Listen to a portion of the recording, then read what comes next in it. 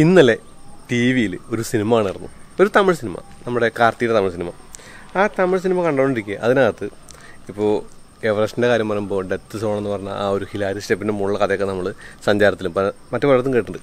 ആ ഒരു സ്ഥലത്തേക്കൊക്കെ oxygen cylinder പോലും ഇല്ലാണ്ട് പോയി വന്ന ആ ഒരു വീഡിയോ കണ്ടിട്ട് ഒന്ന് ചിരിച്ചു. കാരണം തമിഴ് സിനിമയിൽ മാത്രമേ ഇങ്ങനെ കത്തിയായിട്ടുള്ള കാര്യങ്ങളൊക്കെ കാണാൻ പറ്റുള്ളൂ. അതെന്തായാലും ഒരു കത്തി ഉണ്ടാവും. പറഞ്ഞു വന്നതല്ല, നമ്മൾ ഇന്നൊരു ചെറിയ എക്സ്പെരിമെൻ്റ് ചെയ്യണം. അതിന് വേണ്ടിയിട്ട് ഒന്ന് സൂപ്പർ മാർക്കറ്റിൽ പോകണം. അതെന്തിനു വേണ്ടിയാണെന്നുള്ളതല്ലേ? Stay tuned.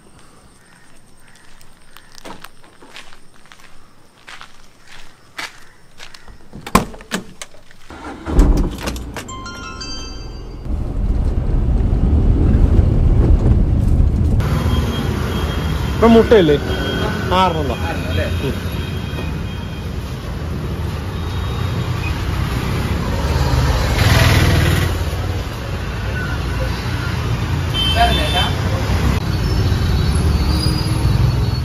അങ്ങനെ നമ്മൾ നേരെ ആ ഒരു സൂപ്പർ മാർക്കറ്റ് അല്ല കേട്ടോ, ആ ഒരു കടയിൽ പോയിട്ട് ആ ഒരു 6 കോഴിമുട്ടകൾ വാങ്ങിയിട്ട് തിരിച്ചു വന്നു.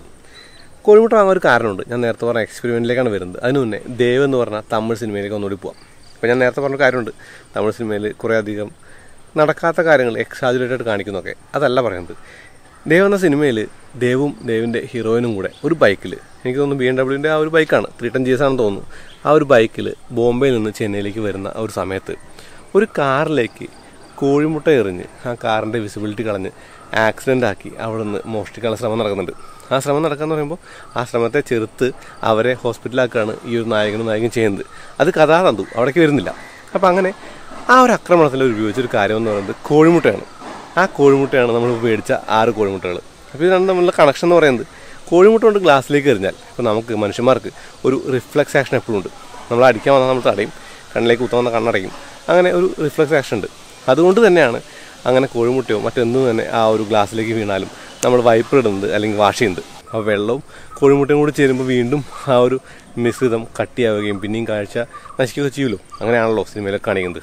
അത് മാത്രമല്ല, പുതുതലമുറ കാറുകളിൽ ഓട്ടോ വൈപ്പർ എന്ന് പറഞ്ഞൊരു സംഗതി കൂടി ഉള്ളതുകൊണ്ട് ഓട്ടോമാറ്റിക്കലി വൈപ്പർ എക്സിക്യൂട്ട് ആവാനും സാധ്യതയുണ്ട്.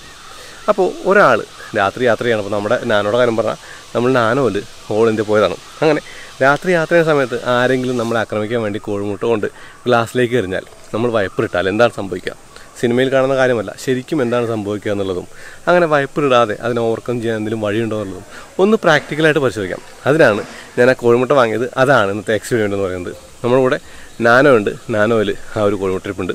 അത് മാത്രമല്ല, നമ്മുടെ നാനോയ്ക്ക് ഓട്ടോ വൈപ്പറൊന്നുമില്ല, വൈപ്പർ ഇടുന്നേ വേണം. അത് മാത്രം പറഞ്ഞാൽ പോരല്ലോ. അതായത് ഓട്ടോ വൈപ്പറുള്ള വണ്ടിയാണെങ്കിലും രാത്രി ദൂരയാത്രയൊക്കെ പോകുമ്പോൾ ആക്രമണം നടക്കാൻ ചാൻസുള്ള സ്ഥലമാണെന്നൊക്കെ കേട്ടാൽ നമുക്ക് ആ ഓട്ടോ വൈപ്പർ ഒന്ന് ഓഫ് ചെയ്ത് വയ്ക്കാമെന്നുള്ളതും ഒരു കാര്യമായിട്ട് കാണാനുള്ളതാണ്.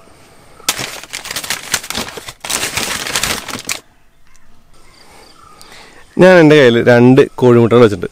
ഈ ഒരു കോഴിമുട്ടയുടെ കാര്യം എന്ന് പറയുമ്പോൾ ശരിക്കും ഞാനത് ആ വണ്ടിയുടെ മുകളിൽ കയറിയാൻ പോകണം. എൻ്റെ കയ്യിൽ ആ ഒരു ഗ്ലാസ് വാഷാനുള്ള വെള്ളമൊന്നുമില്ല കേട്ടോ.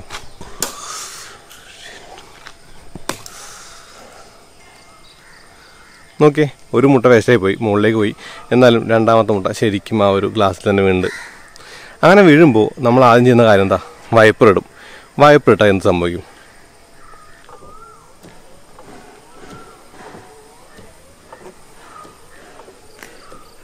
നോക്കിയേ, അകത്ത് നോക്കിയേ, ഒന്നും കാണുന്നില്ല അല്ലേ? നമ്മൾ വൈപ്പർ ഓഫ് ചെയ്താലും നമുക്ക് ഒന്നും കാണില്ല കേട്ടോ. അതായത് തീർത്തും വിസിബിലിറ്റി പോയി. 0% വിസിബിലിറ്റി അല്ല, ഒരു 90% വിസിബിലിറ്റി പോയിട്ടുണ്ട്. അപ്പോൾ നമ്മൾ അതിൻ്റെ കൂടെ കുറച്ച് വെള്ളം കൂടി അടിച്ചു നോക്കാം.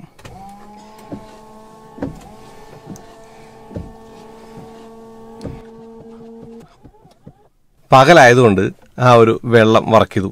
ശരിക്കും ഡിഡ് വണ്ടേഴ്സ്. അപ്പോൾ സിനിമയിൽ കാണുന്ന കാര്യം എന്ന് പറയുന്നത്, വെള്ളം ഒഴിച്ചാൽ ആ ഒരു കുഴകുഴാന്നിരിക്കുമെന്ന് പറയുന്ന കാര്യം ഒരു പരിധിവരെ തെറ്റാണെന്ന് തോന്നുന്നുണ്ട്. രാത്രി പക്ഷേ നമുക്ക് ഇത്രയും സമയം കിട്ടിക്കൊള്ളുന്നില്ല. അവിടെയാണ് ക്രിട്ടിക്കലായിട്ടുള്ള കാര്യം വരുന്നത്. ഒരു പക്ഷേ നിങ്ങൾക്ക് തോന്നിയേക്കാം ഇങ്ങനെയൊക്കെ നടക്കാൻ സാധ്യതയുണ്ടോ? ആളുകൾ മുട്ടയെറിഞ്ഞിട്ടൊക്കെ ആക്രമിക്കാൻ വരും.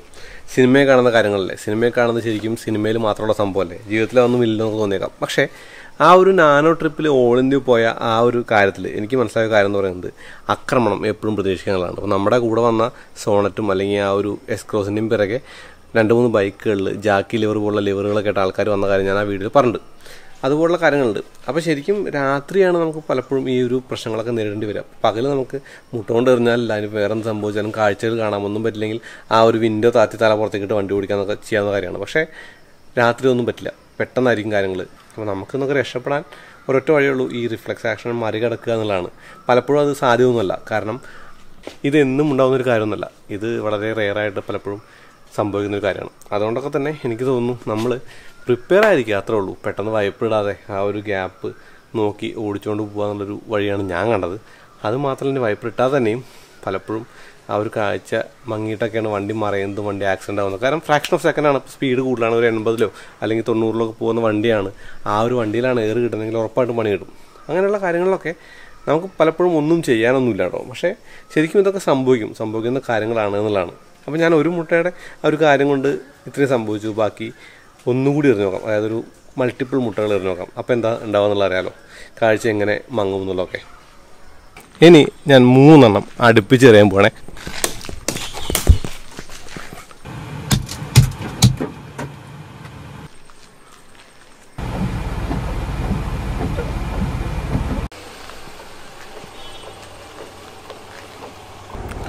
ഒന്നിന് പകരം 3 മുട്ട എറിഞ്ഞപ്പോഴേ തീർത്തും കാഴ്ച പോയിട്ടോ.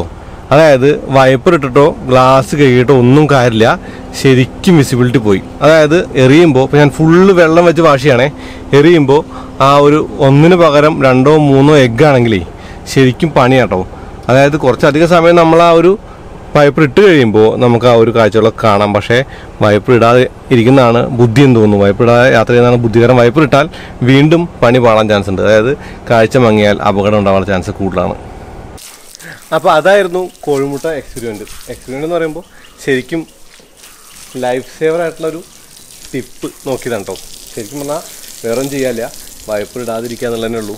അപ്പോൾ റിഫ്ലെക്സ് ആക്ഷൻ നമ്മൾ ഓവർകം ചെയ്യണം. ഇപ്പം നമ്മൾ കേട്ടിട്ടുണ്ട്, ബൈക്കിൽ പോകുമ്പോൾ പട്ടി മുമ്പ് ചാടി കഴിഞ്ഞാൽ എന്ത് ചെയ്യും, പെട്ടെന്ന് ബ്രേക്ക് ചെയ്ത് എന്തായാലും വീഴും. അപ്പോൾ പകരം പറയുന്നൊരു കാര്യം എന്ന് പറയുന്നത്, ബ്രേക്ക് ചെയ്യുന്നതിന് പകരം പട്ടിയെ ഇടിച്ചിട്ട് ത്രോട്ടിൽ കൊടുത്ത് ഡൗൺ ചെയ്ത് ഓടിച്ചു പോകാനുള്ളതാണ്. അത് എത്രത്തോളം എളുപ്പമാണെന്ന് അറിയില്ല. അത് മാത്രമല്ല, അത് ഈ പറയുന്ന പോലെ പ്രാവർത്തികമാക്കാൻ പറ്റുമോ എന്നുള്ളത് സംശയമാണ്. പക്ഷേ നമ്മൾ കഷ്ടപ്പെട്ട് അങ്ങനെയുള്ള കാര്യങ്ങളൊക്കെ ഒന്ന് പരിശീലിക്കുക, അല്ലെങ്കിൽ ആ ഒരു കാര്യങ്ങളൊക്കെ റിഫ്ലെക്സ് ആക്ഷൻ ഓവർകം ചെയ്യാൻ പറ്റിക്കഴിഞ്ഞാൽ പല സ്ഥലത്തും അതൊക്കെ ലൈഫ് സേവറായി മാറും. അപ്പോൾ അത്രേ ഉള്ളൂ. അപ്പോൾ അതേപോലെ ഈ ഒരു വീഡിയോ ഉപയോഗപ്പെട്ടു എന്ന് തന്നെ കരുതാണ്. അങ്ങനെ ചാനൽ സബ്സ്ക്രൈബ് ചെയ്യാൻ മറക്കരുത്. അതായത് ഇതുപോലുള്ള വീഡിയോസ് ഇനിയും കാണാനായിട്ട് ചാനൽ സബ്സ്ക്രൈബ് ചെയ്യൂ. അപ്പോൾ അടുത്ത വീഡിയോ വീണ്ടും വരാം. അതിലേക്ക് നന്ദി, നമസ്കാരം.